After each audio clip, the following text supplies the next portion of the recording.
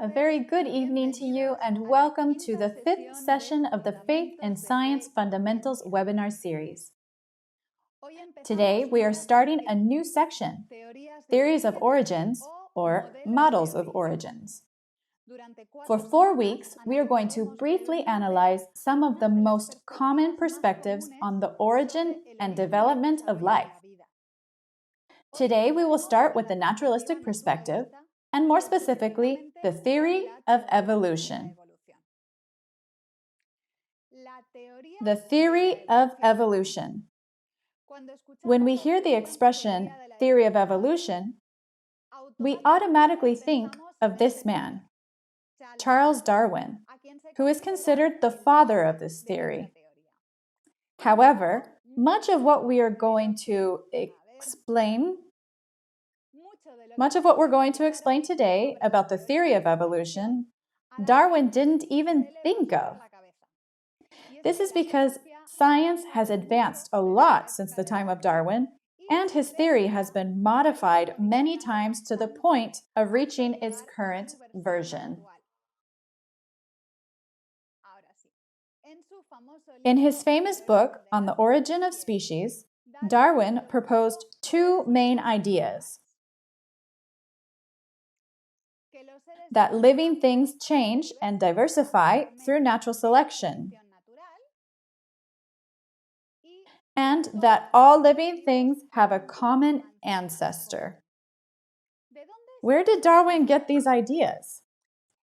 The concept of natural selection is not original to Charles Darwin. It had been proposed by other authors before, and in fact, a contemporary naturalist named Alfred Russel Wallace wrote about natural selection and sent his paper to Darwin for review, just as Darwin was preparing his book.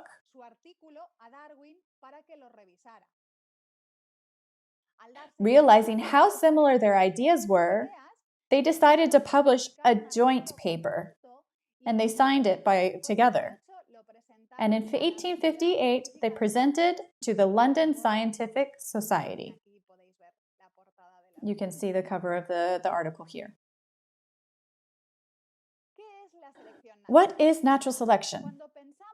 When we think of natural selection, phrases like the struggle for existence or the survival of the fittest, they come to mind. And if we think of an image to represent it, it will most likely be something like this. Natural selection is the reason why the smallest, weakest, or sickest zebra in the herd ends up turning into food. But if we look up the definition of natural selection in a biology textbook, we find the following. A process by which biological organisms with favorable traits survive and reproduce more successfully than organisms that do not possess such traits. Let's explain it in simpler words.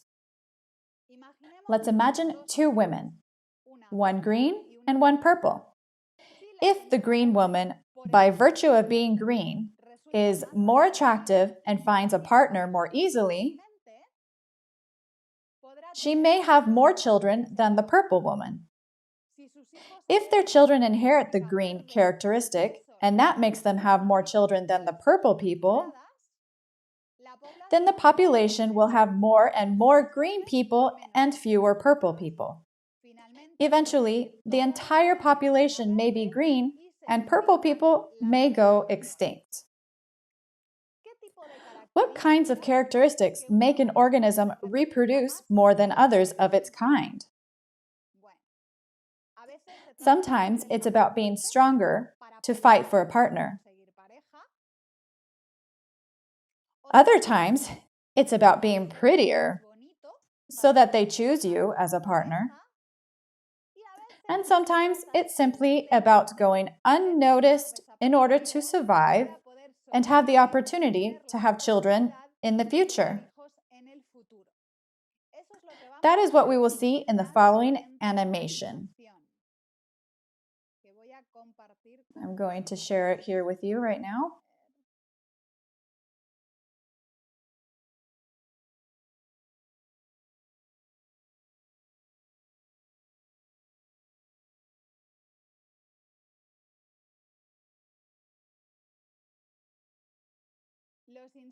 The insects that are the same color as the leaf are better camouflaged, and thus the chameleon doesn't see them and doesn't eat them.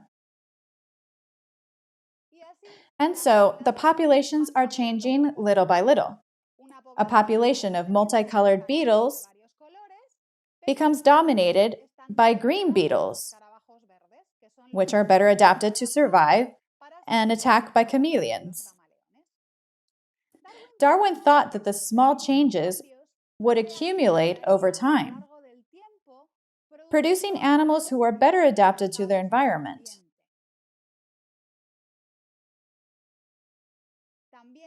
Also, Darwin noticed that ranchers and farmers had been modifying domestic species until they achieved a great variety of dogs, pigeons, apples, tomatoes, and he thought that this selection process could also occur in nature. Only in this case, it would not be artificial, directed by people with a specific purpose, but because or caused by predators and other factors that organisms face. Cold weather, lack of food, illness.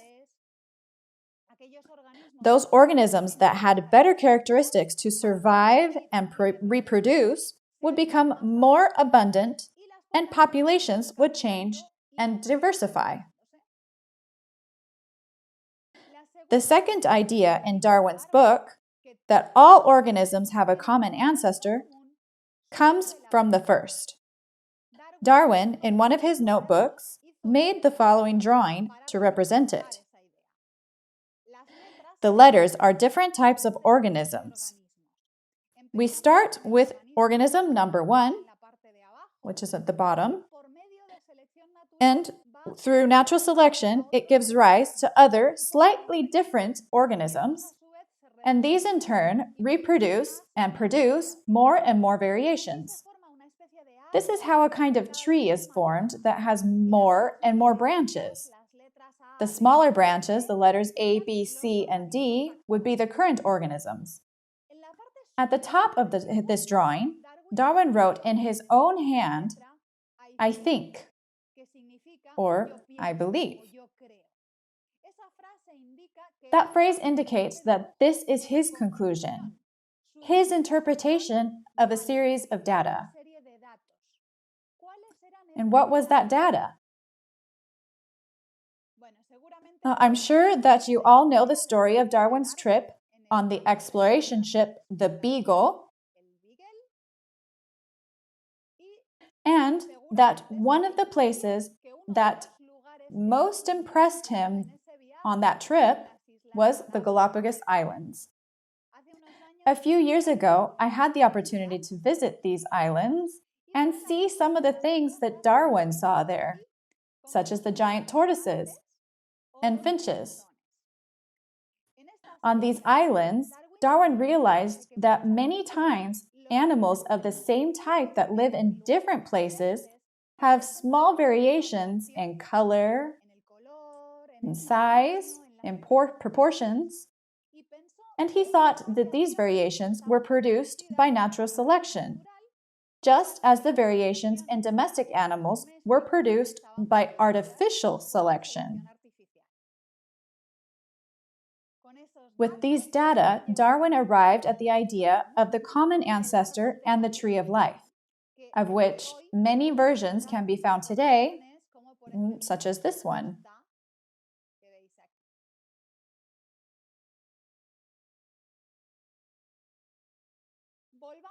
Let's go back to the topic from the first session, data and interpretation. Do you remember what the type of interpretation is called, where we take data from a limited context and extend it in time or space far beyond that context? Extrapolation. This is exactly what Darwin did. From the observation of small changes within animal groups, he assumed that the accumulation of these small changes over a very long period of time would produce large changes that could turn one kind of animal into a different type of animal. We've already commented that extrapolations in science are very dangerous. But Darwin's proposal of the common ancestor was widely accepted in his time. Despite being an obvious extrapolation, and although there was no solid evidence to support it, the scientific community was longing for an opportunity to free itself of the interference from the church, and it clung to this idea, hoping that the evidence would come over time. What is the situation today, more than 160 years later? Has science found evidence that the variations produced by natural selection can accumulate over thousands or millions of years, giving rise to completely different organisms? According to the tree diagram, life on Earth began with one or a few simple organisms, and with the passage of time, living things have increased both in diversity and complexity. Let's review what we know about natural selection. Natural selection implies that there are variations among organisms, such as the beetles of different colors, and that some of them reproduce more than others.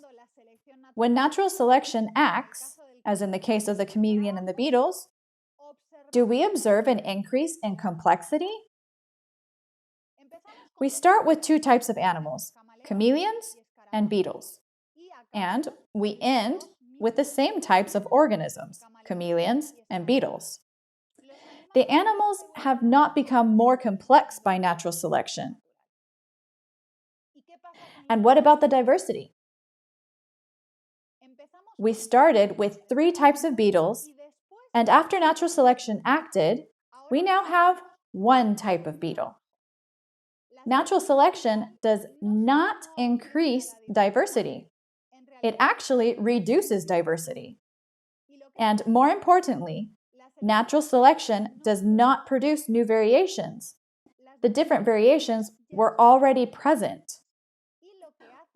And what natural selection does is choose among the options that work the best. So Darwin's proposal that natural selection is responsible for the origin of biological diversity is not correct. But as we said at the beginning, the theory of evolution has come a long way since Darwin's time. What Darwin didn't know, and could not have known because of the technology of his time, which didn't allow it, is that living beings have within their cells a detailed plan of how to build each organism, and it's called DNA. He also didn't know that this blueprint is encoded as if it were a computer program, and that all building instructions are written with only 4 types of molecules that are represented by the letters A, G, T, and C. Darwin had no idea that sometimes when organisms reproduce and copy their DNA to pass on to their children, that little mistakes are made that change some of the letters, thereby altering the building instructions of the child organism. These random mistakes in the copying of DNA are called mutations. The discovery of genetic mutations was a great milestone for the theory of evolution because it provided a mechanism to do what natural selection could not: produce new variations. In a very simplified way, the process would be as follows. Random mutations produced small variations in natural populations. For example, a change in the color of an animal's skin. As these are random changes, most of the changes are harmful to the organism that presents them.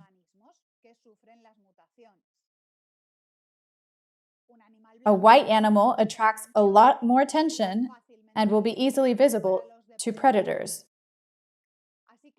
So, natural selection will kill organisms with the harmful changes, but very occasionally, one of the changes can be beneficial. If the weather changes and an area that was once warm is now covered in snow, the white animals, in this case, would have an advantage. Animals with beneficial changes will survive and reproduce more, being able to later dominate the population. If new beneficial mutations are produced that accumulate in organisms over time, one animal can become a very different one. For example, a lizard to a bird. Of course, change does not occur suddenly in a single mutation, but very slowly over millions of years in which new mutations are added. First, the feathers appear, then they are organized into wings, which first serve to glide, and little by little, they acquire the ability to fly. They lose their teeth, the beak is formed, the legs change shape, and vision is sharpened. Where is the problem with this reasoning? Well, maybe it seems easy in the drawing, but biologically, it is impossible. It's not possible to turn a reptile into a bird with small cumulative changes. The body of a bird is an integrated whole with a structure that is very different from that of the body of a reptile. It's not just about adding feathers to it. The bones of birds are hollow, which makes them weigh less. The lungs are attached to sacs that fill with air, also to decrease density and facilitate flight. The brain is specialized to coordinate movement in 3 dimensions. And these things can't be added one by one because they are all interconnected and they depend on each other. The brain and sight, vision, work together. The muscles and bones of the wings are just as important for flight as the feathers. They have to all work at once and be connected to each other, one to each other, different factors, for the bird to even actually fly. To make it easier to understand, let's explain it with an analogy. Let's imagine that we have this text from a children's poem. It's in Spanish, and it speaks precisely of birds, or seagulls. It's a simple text, but there is no doubt that it somehow wrote itself. Someone had to think of the rhymes and put the words together so that it makes sense, so that it works.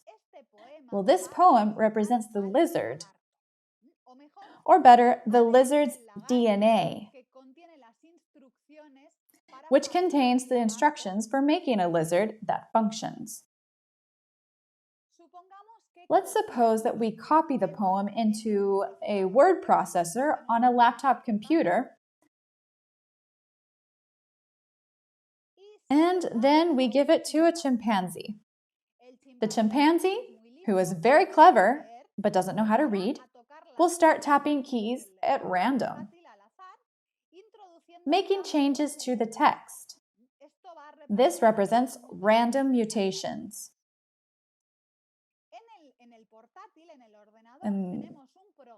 In a computer, we have a program, a text editor, that recognizes words that don't exist, that don't work, and it deletes them. This text editor represents natural selection. Remember that natural selection does not correct misspelled words or write new words. It only makes organisms that don't work disappear. Imagine that we leave this process going for years. We change the chimpanzees, of course, so that they don't get tired. And we continue to make random changes to the text and eliminate the words that don't exist for a long, long time. And then one day, we walk over and look at the laptop screen and we see this.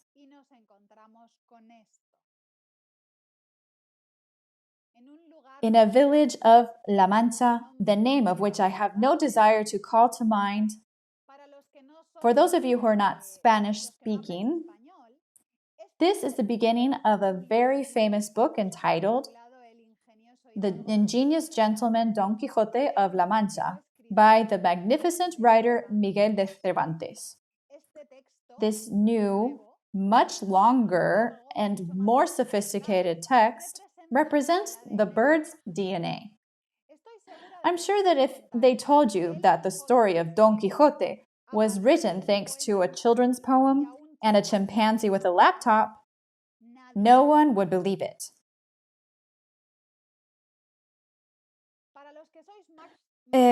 For those of you who are more technological, we're going to explain the same thing but in a different way.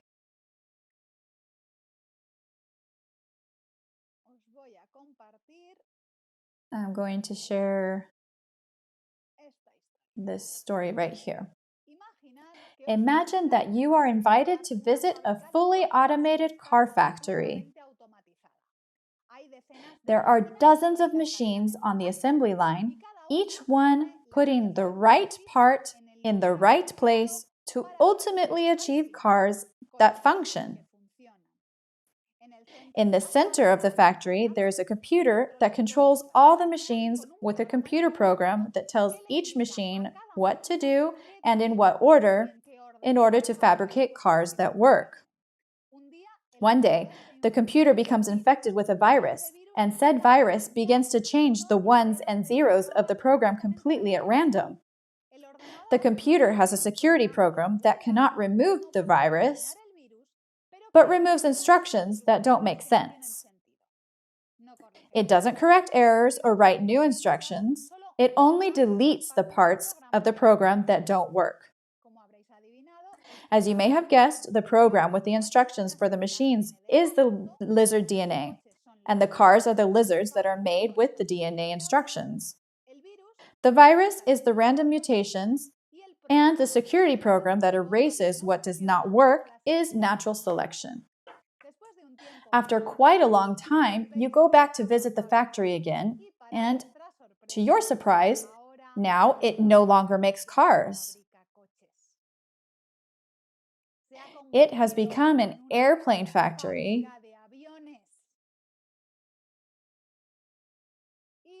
and it makes planes that fly perfectly.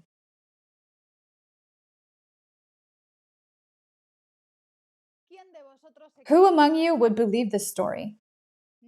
No one. No one would believe it because we all know, logically and from experience, that books are written by writers and airplanes are made by engineers. That a chimpanzee cannot write Don Quixote and that a computer virus cannot turn cars into airplanes. Birds are machines that are much more sophisticated than airplanes. DNA contains more information than the largest library in the world. The human brain is much more complex than any computer. And textbooks keep claiming that all those wonders were created by themselves through random mutations and natural selection. And many people believe it. Do you remember this quote from one of our first sessions? The evolutionary biologist Richard Lewontin says that we take the side of science in spite of the patent absurdity or some of its constructs, in spite of the tolerance of the scientific community for unsubstantiated just so stories, because we have a prior commitment, a commitment to materialism. If the possibility of a creator is not contemplated, then the only solution is that things have created themselves. In the last decades, many people, including a large number of evolutionary scientists, have realized that the theory of classical evolution, based on mutation and natural selection, does not work. This article, which was published in the Nature journal in 2014, is titled, "Does Evolutionary Theory Need a Rethink?" The authors are evolutionary biologists who, in one of the world's leading scientific journals, claim that natural selection and mutation do not have the creative capacities assigned to them. Unfortunately, these scientists are not arguing that what is wrong is the very presupposition of naturalism. What they propose is that we have to look for other natural mechanisms that can do the job. And so ideas have been proposed such as evolution is not based on small cumulative changes, but on important changes caused by mutations that affect the first stages of embryonic development, or the genes called regulators. These are the ones they control others that have many functions. In both cases, a change in a single gene could have a great impact. The problem is that all of the experiments that have been done to try to support these theories have not worked. Mutations that affect the early stages of development are lethal for the embryo. It dies. Similarly, when the regulator genes of an organism are altered, many of its vital functions are damaged and it also dies. For the tree of life, proposed by the theory of evolution to be true, it is necessary for animals and other organisms to transform from one type to another, slowly or quickly, and for new organs and body patterns to appear. Despite having spent more than 160 years searching for natural mechanisms capable of creating these new organs and body patterns, current biology has not yet found them. In summary, the classical mechanisms of evolution, mutation, and natural selection do not work, and no other natural mechanisms have been found to replace them. The theory of evolution becomes more and more complicated, but still doesn't have clear answers to explain biological diversity. In the coming weeks, we will see other attempts at an explanation, starting with the intermediate solutions that we have encompassed under the term theistic evolution. But this is what we'll talk about next week. But for today, we will leave it here. Thank you so much for your attention.